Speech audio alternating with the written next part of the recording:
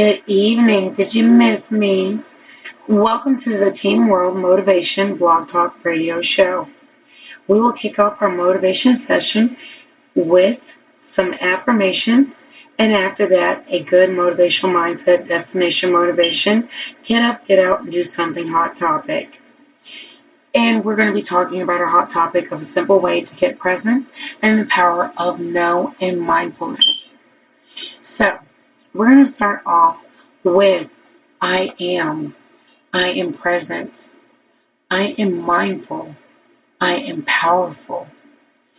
I am here in the present. I am here in the here and now. I am light. I am motivated. I am going to get up, get out, and do something. I am not going to let the world pass me by. Okay. Given that we're in a pandemic, epidemic, what have you, COVID-19, everybody's all up in arms. I wanted to do a whole Team World motivation, destination motivation, get up, get out, and do something. Don't let the world pass you by. Quarantine, COVID, motivation session about simple ways to get present, mindful, and the power of no and self-care. All wrapped in one. Okay, we're going to start with simple mindfulness exercises and taking 10 breaths. Because if you're not mindful, you will go and have yourself acting crazy, screaming at the top of your lungs. You will be around here screaming and losing your mind, skies falling, chicken little, oh my God, we're going to die. Just stop that. What we're going to do is take COVID by the neck, and we're going to be like Rocky Balboa, and we're going to go, Adrian!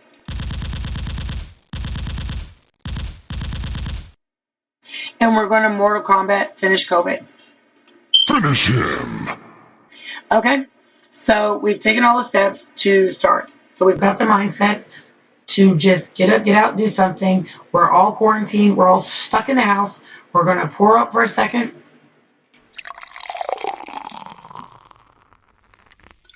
For you youngins, it's juice and water. No alcohol, liquor, or anything else. For you adults, drink responsibly. Okay? All right. So, we're going to do our exercise. Take 10 breaths. This is a simple exercise to center yourself and connect with your environment. Practice it through the day, especially anytime you find yourself getting caught in your thoughts and feelings. So we're all cooped up in the house or your office space or wherever you're stuck at where you can't leave, right? Take 10 slow breaths, deep breaths, okay? Focus on breathing out as slowly as possible until the lungs are completely empty, and then allow them to refill by themselves. If you're on a ventilator, you can't help it. It's on a machine. All right. So notice the sensations of your lungs emptying. Notice them refilling. So we're going to do this together. Notice your rib cage rising, then falling. Notice the gentle rise and fall of your shoulders. See if you can let your thoughts come and go as they are passing. And as they're rising and falling, just like you see cars coming and going. So in and out. Okay? But you're going to do it slowly.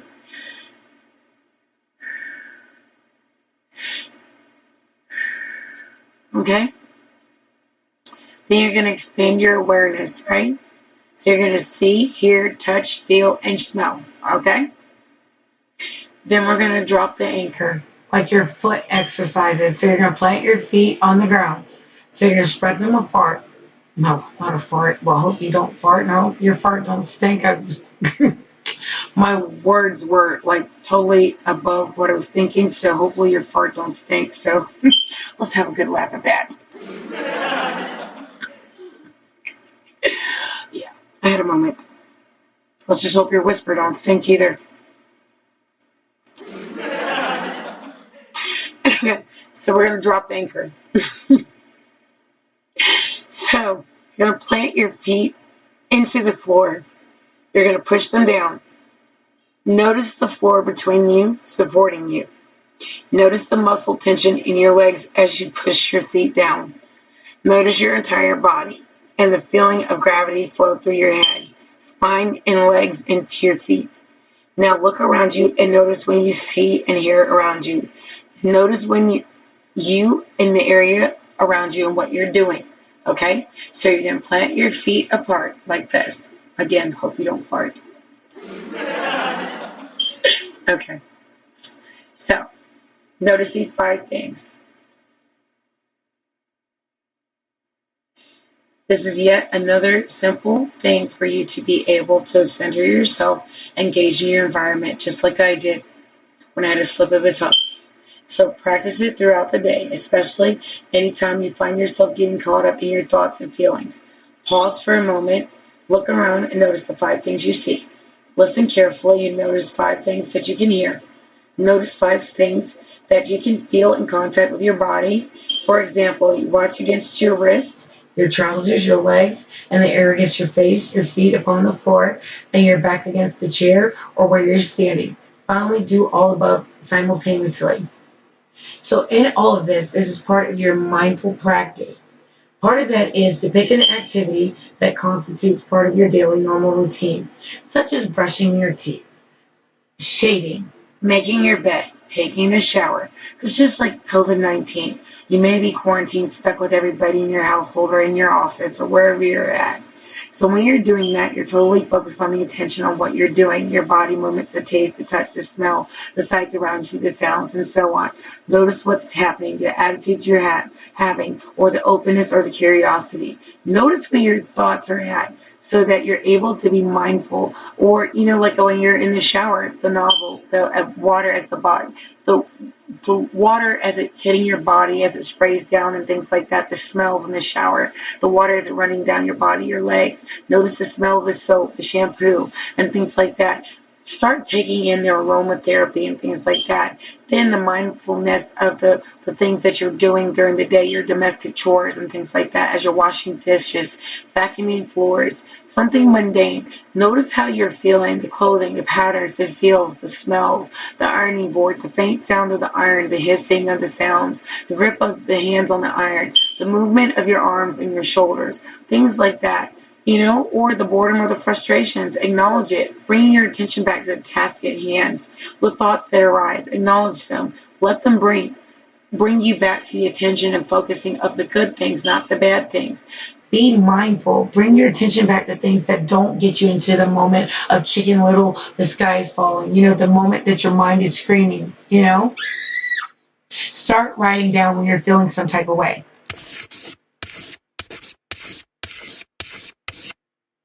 Notice when your boredom and frustration arises, like when you're getting on social media, if you're starting to feel some type of way and you're starting to get upset or starting to see something, you start panicking, things like that. Distance away from those people who are such experts to the point, but they're giving out wrong information. Start listening to your CDC, your WHO, your public health information specialists, your doctors and things like that, your people who are your managers and things like that, your doctors who are of your city councilmen, your things like that, your managers who are able to tell you what's going on, or social distance from people who are just like Chicken Little, oh my God, we're going to die, things like that.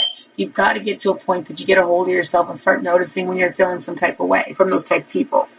Social distance. Be mindful. Acknowledge those things.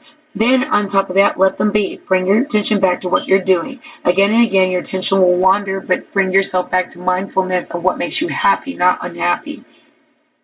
Then realize this when this happens, gently acknowledge it, note it, and then bring your attention back to your current activity. Then, mindfulness on pleasant activities. Part of this reason why I'm saying this is that it will help you keep yourself sane during COVID, and then after that, learning when to say no, because we're going to go into the next part of this, which is being able to get from your mindfulness and breathing and also keeping your sanity and learning how to say no in other aspects of your life and whatnot. And that'll go into the next exercise, which is a good exercise for you to exercise post-COVID.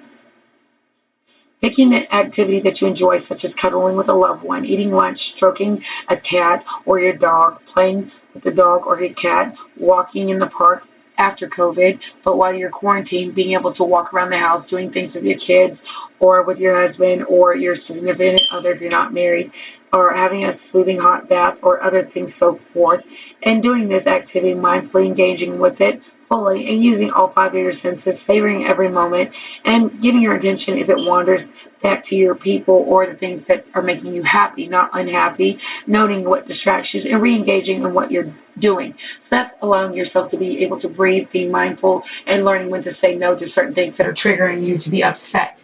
So we're going to go into the art of saying no, or the power of saying no. This exercise is what I like to go into for all of you kiddos, you young adults and in-betweeners, or you midlife people, or your 30-somethings.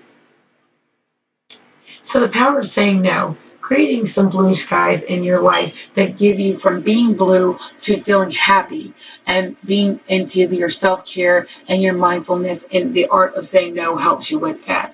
Because even as a child, most children or young adults go through a phase when their favorite word is no.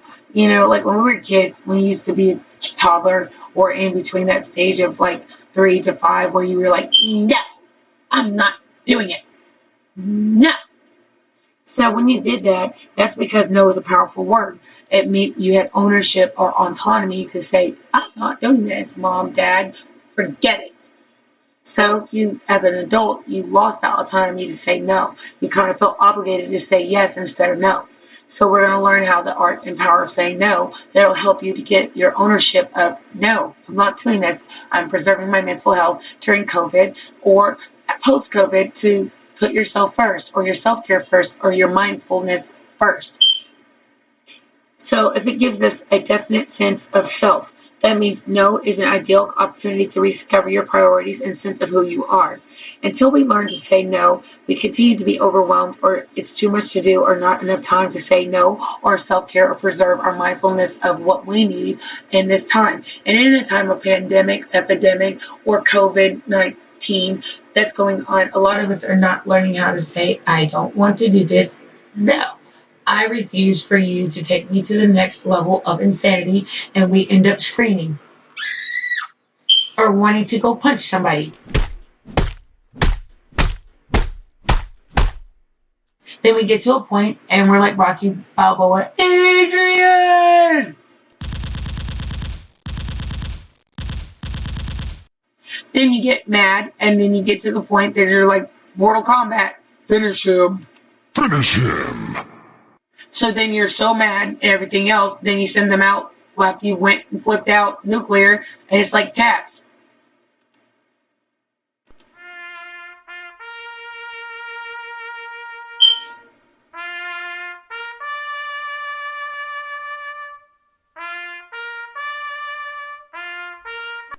Because you finally lost your shit on everybody because you're so mad, and you finally just flipped your lid, and everybody's like, okay, you know what? This person's lost their rotten picking mind because they're so mad at me and things like that. But the reason why is because you didn't learn how to say no. And forget it. Absolutely not. I need a social distance. Does not play well with others. I refuse. No, no, and no. No. And you have to learn how to say no.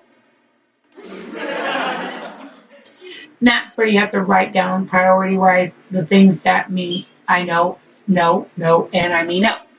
So write it down.